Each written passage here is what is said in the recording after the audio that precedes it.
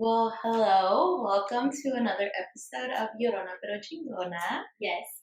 Edith here, Yesi here. and a special guest, Alexis. Well, today we're going to start with some little affirmations. Yeah, so I have started to do this thing with guests where I will present to you an affirmation that you might need to hear at the moment. And then we will just kind of like have it out during the time and then at the end. Yeah. Feel the energy out. Yeah. I like it. I also brought some of my crystals, not all of them, just some of them. My little I see some amethyst. Yes. Amethyst cluster. Yes, my little amethysts. I love those for protection and I feel like y'all speak the same language. Kindred spirit. I'm feeling this one. Let me dig for it right here.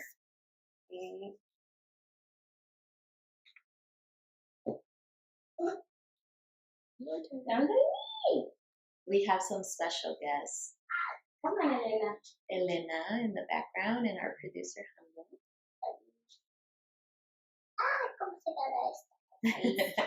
Okay, so if you guys want to share what yours says. Creativity flows for me. I am a divine creator. Ooh, look at you powerful. creating an episode today. Exactly. I'm in the flow. That is true. It is true. Very true. Mine says, I am ready to go big, rise up, and step into my power. Yes. Ooh. I like it. Okay. Mine says, I am a light worker in disguise. Well, now you guys know. Not so much in disguise anymore. It's not a secret. I don't have to talk about it. I can just be it. Okay. I like it. Yeah. What about you, producer? Yeah, producer. I'm waiting to see my things with others. This opens my awareness to one. Yes. Source energy. What about our special guest, Elena? What does yours say, Elena? What does your affirmation say? She's like, I can't read it. I can't read. We can read it for you. I read it on it? Okay. I bring peace with me wherever I go. Aw, you do. You little peacemaker. Here, Elena. She's you can whipping hold her it hair so back. you Yeah. can- Okay. So how's everyone doing today? I'm doing good. I just realized that the ayahuasca retreat is like in 2 weeks. No, Like about 2 weeks now, and so I'm really excited, but also really nervous. I don't think people know that, right? Oh shoot, yeah. So if you want to share a little bit, Yes. if you want to share a little bit of what that is. Yeah. So I've been wanting to do this, and it kind of just fell into my lap, where I was I was messaged by someone really special, and she was like, "Hey, we should do this thing." And I was like, "Okay, we can definitely do that." I've been wanting to. It's been like maybe 2 years since I have become a little bit more spiritual. Just in general, just diving into the spiritual world and learning more about that stuff. So I decided I'm going to do this. I've healed a lot, as I said before, but I also feel like there's still a lot that I put myself in my way. Like I have like a block of like, I guess like believing in myself. So I need some guidance, or I want to get something revealed, I guess, to see what's in the way or why. Yeah, help clear your path for women. Yeah. Yeah. I'm really excited for you. I've heard really good things of that, and like I'm a little scared myself. Yeah. But Plant medicine is amazing. It's but amazing. I've heard really good testimonies from it too. So I'm happy for you, and I can't wait to hear your testimony too. Yeah, I'm very, very excited, but also very nervous. But I'm glad that I'm getting off my meds in time for this trip, and Yeah, it's important. so I guess I can bring on the person that I'm going with an episode at some point. So Ooh. That'll be nice. I think that'd be really cool. Like talk about your experience. I feel like that'll be really nice. Stay tuned, guys. Yeah, I'm looking forward to that. What about you, Alexis? I am feeling really good, honestly. I think that I've gotten into a good flow with life and have just been like really loving on myself, and I feel like that has really been a full circle kind of experience, because I notice the thread that runs in between all of the parts of my life, that if like I'm loving on myself properly, then these things just feel so much easier. Like life just feels a lot smoother. And I'm really excited that I have a womb wellness full moon circle coming up on this Saturday, so that's something to look forward to. And I'm just like super grateful that I get to be here.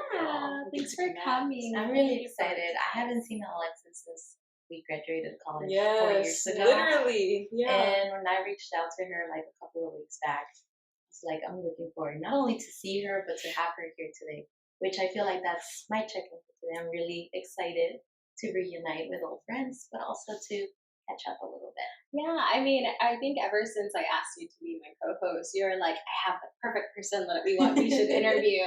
I think since that moment, like you've been on her mind of like, we need to reach out to Alexis. She's really cool. Definitely. Yeah. Meant to be. I'm here now. Well, with that being said, our guest for today is a Texas State alumni with a bachelor's degree in family and child development. She has been a nanny, a camp counselor, an early childhood interventionist, and a former Peace Corps volunteer. She has harnessed her knowledge from previous endeavors and now has her own doula services. Name is Luna Postpartum. As part of her role as a postpartum doula is to educate, nurture, and uplift and serve families. Not only does she have her own doula services, but also she started a reusable menstrual pad program where her goal is to empower young women by providing them with resources to take their menstrual hygiene into their own hands. Please welcome our amazing guest, Alexis Socials. Wow, so many endeavors. Yeah, I'm passionate about a lot of things. Yeah, I can see that. I need to catch my breath. Yeah, that was a mouthful. Yeah, it was. That's a lot. That was such a that was such a great intro. I'm like, it's only been 2 years. It's 4 years. I know a lot can happen in 4 years. I know. All of it. Yeah, all of that. Yeah, that's crazy. All of that. Well, with that being said, what makes your Llorona and Chingona? Pues Chingona nomás así soy. Eso es. I feel the vibe. Yeah, like it's just who I am. It's in my nature. But I think a big part of like the Chingona aspect is just like living in my authenticity and being a genuine person who shows up very presently and wholeheartedly in any space that I enter. And I was talking to my mom about this earlier. Like, I have the freedom and the liberty to not have to switch up how I am in any given space because I've put that work in to find my authentic self, A, and B, because there's so many women that have come before me and my family who have sacrificed so much, who are chingonas themselves, that have allowed me to stand on their shoulders to be myself. Like, I didn't have to go through the hardships that they did in order for me to be as free as I am. And that's, I think, a big part is like constantly being thankful and grateful for that and not forgetting where I've come from. I think, like, because my family, yeah, they're dope. Like, son mujeres bien chingonas, so like they also inspire me. And I feel like that's a big part where I get it from. And they said Llorona is just, I'm very in touch with my emotions. I cry when I need to. I like am really in tune with my womb and all the things that make me a soft and caring, nurturing woman. But I also, like, because of what I do, that's like I have such a maternal energy and like a soft essence to myself, because babies are very pure and they're very sensitive to energy. So I feel like I just show up that way. And I haven't always been that way. Like, Llorona is something, like, Chingona is so easy to claim, right? Like, at least for me. Yeah. Because, like, it comes in my blood. Exactly. I'm like, that. I was born Chingona, okay. Yeah, exactly. But Llorona is like, that's something I've definitely had to ease into. Yeah, I mean, I think that, like, depending on how like we grow up in our environment, we're kind of like taught or not necessarily forced, but we grow up in this environment that kind of shapes us. And a lot of times we can be shaped into only being chingonas or only being lloronas. And I think when it comes to reaching that other part of us can be a little difficult when we're not used to it. Definitely, yeah, I agree with that. Yeah, I do love your explanation of Chingona. I think that is so true. We do come from a very long blood of Chingonas. Of course, yeah. It's like we gotta like praise and thank our ancestors and the people before us because you're right. Like if it weren't for them, we wouldn't be here. So. And yeah, like them making the sacrifices they made allowed us the freedom to be who we are. That's like no small thing. Like that's they gave their lives, you know? Literally, yeah. Yeah, I agree. So good. Well, ¿de dónde eres? Tell us a little bit about your roots, tus raíces. My family is from Michoacan. My dad is from Michoacan. He was born there. He came over when he was 14. My mom is an anchor baby, so she likes to say that she was like, you know, assembled, made halfway in Mexico, and my grandma hopped on the train, came over with her, and like she was born like in Texas. So my grandma and my grandpa are from, essentially my mom's side of the family is from San Luis Potosí.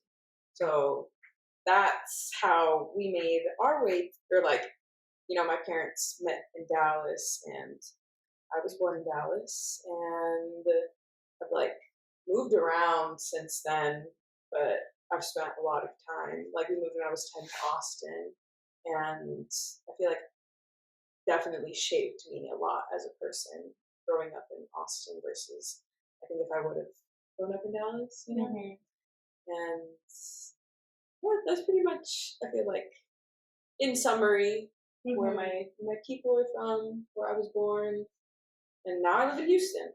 Yeah. She's all over Texas. Yeah, I'm just a Texas girl. Yeah. You're the true meaning of a Texas girl. I am a Texas girl. Yes. And my name's Alexis, so it just rhymes. Texas Alexis. Yes. Alexis in Texas. Maybe we should make a rap song or something. If my brain could work that fast. I know. Give me a beat. Yes, you're about to start. All right. Well, so you mentioned your dad being born in Mexico and your mom anchor baby, right? So you, I know as a first gen, pretty much your mom was like a first gen a little bit more, but what about your first gen experience? Because even though your dad, like, you know, your dad was born in Mexico, what was your experience like, not only like growing up, but also in college and even now?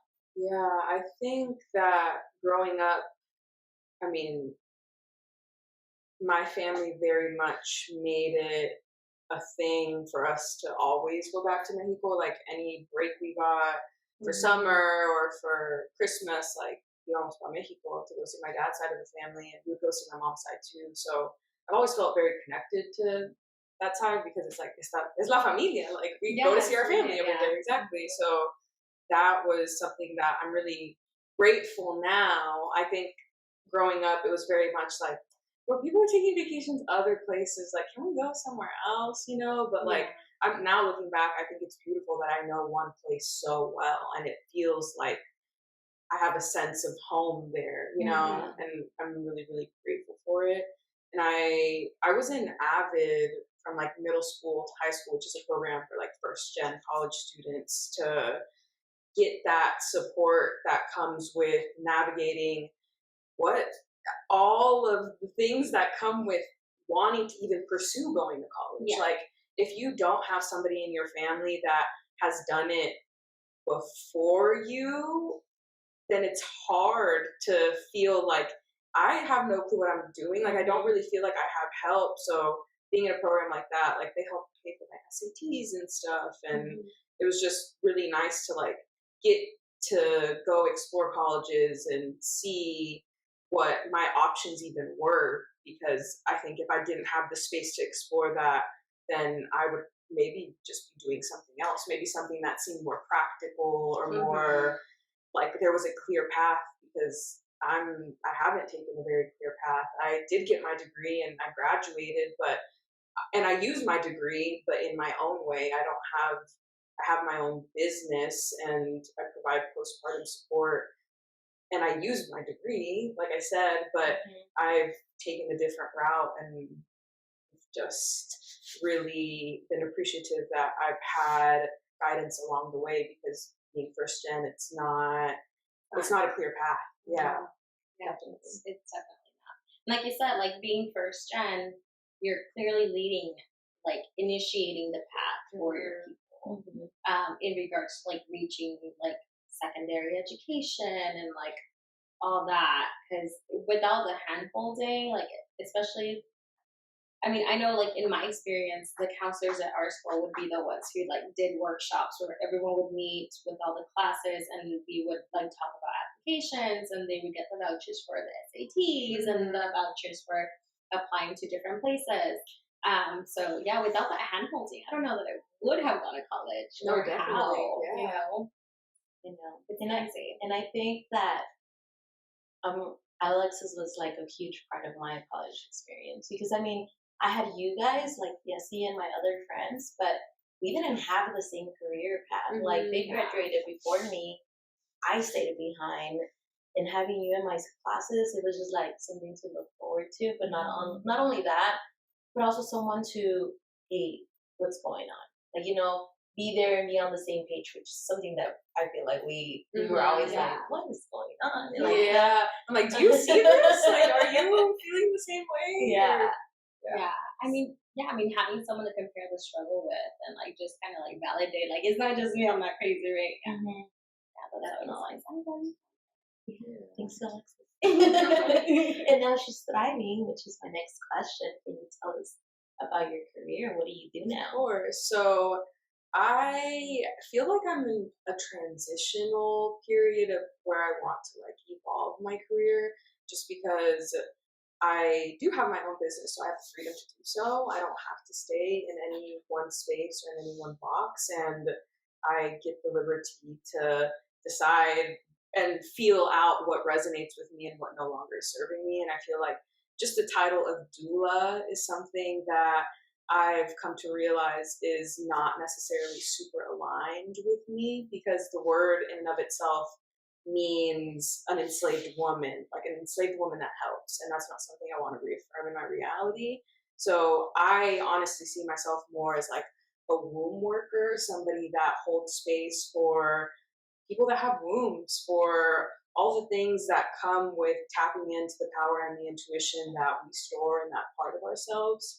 And that's really like what I see for myself in my business. And womb wellness isn't just about having, like, supporting people postpartum or having a period or being pregnant or any of the birth worker things. I feel like it's something that's spiritual and really beyond what birth work and just doula work in general is now. And there are a bunch of people that are spiritual, but I think that it's like, it's so much of the essence of who I am that I want to lead with that now in what I'm doing. I don't want to just have it be like something that's on the side. I feel like I've put in the work to really connect with my own womb and let go of the shame and the trauma that comes along with being a woman, because I'm sure both of you know that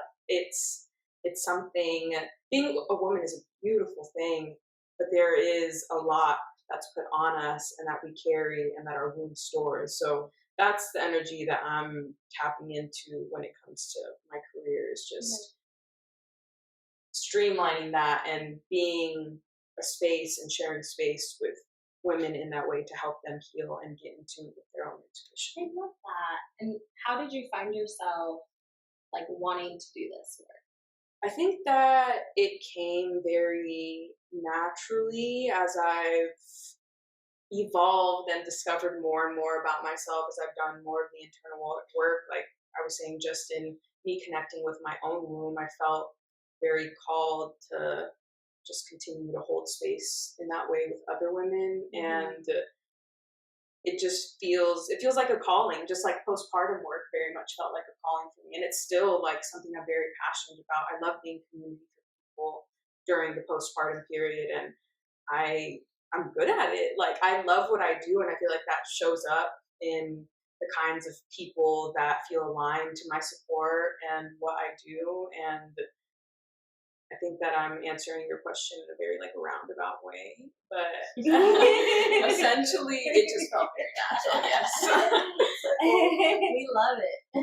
And so, can you explain to us like what is womb work? Womb work. Womb. So there are a lot of components of womb work. I think it's for me primarily energetic, because think about how long you've lived with your womb, and like the simple fact that you can connect to it by physically feeling it, by finding where your womb is, by connecting to that heartbeat, by sitting and breathing into it and really feeling what comes up when you touch that part of yourself. It's such an intimate part of yourself, and it's not something that we kind of write it off as like, oh, my period, or, like, don't see the power that it holds. Like, our womb is telling us things when we're releasing darker blood, or when our period is taking longer to come, or when you're having a yeast infection, or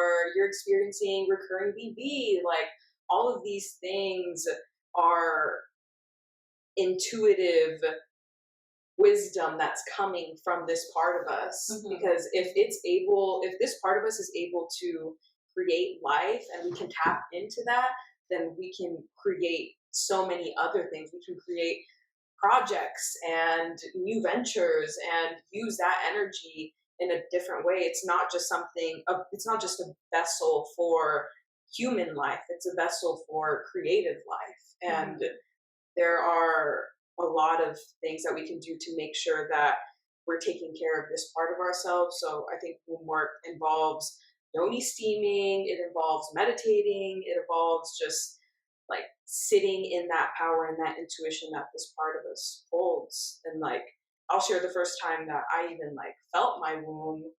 It just like so many emotions started flooding and coming up, because it is something that like has held a lot of shame and a lot of hurt, a lot of trauma. So like connecting to it and like releasing that was like,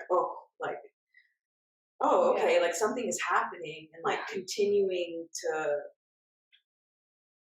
like cultivate a relationship with my womb is something that it's just heightened my intuition that much more. And like being able to do that with other women, I think is exactly what I am supposed to be doing. I think that's awesome. That is really I guess like my question is, how did you like fall into even trying womb work? I know you said that you've done a lot of like work on yourself, and you don't want to go into that. That's completely fair. But I'm just like wondering, like, is it something that you're like, oh, that's interesting? I think being a postpartum doula and providing postpartum support, I like have always seen birth work through the lens of ancestral wisdom and indigenous wisdom, because that's me. Like, soy mexicana, mi gente viene de allá. So like, that's what feels natural for me to connect to that wisdom that already exists because of my ancestral lineage. And I connected with a partera. Her name is Marta Rodrigo. I hope I'm not saying her last name wrong. She's from Ecuador, and I did like un taller virtual con ella, and she had us touch our womb. She had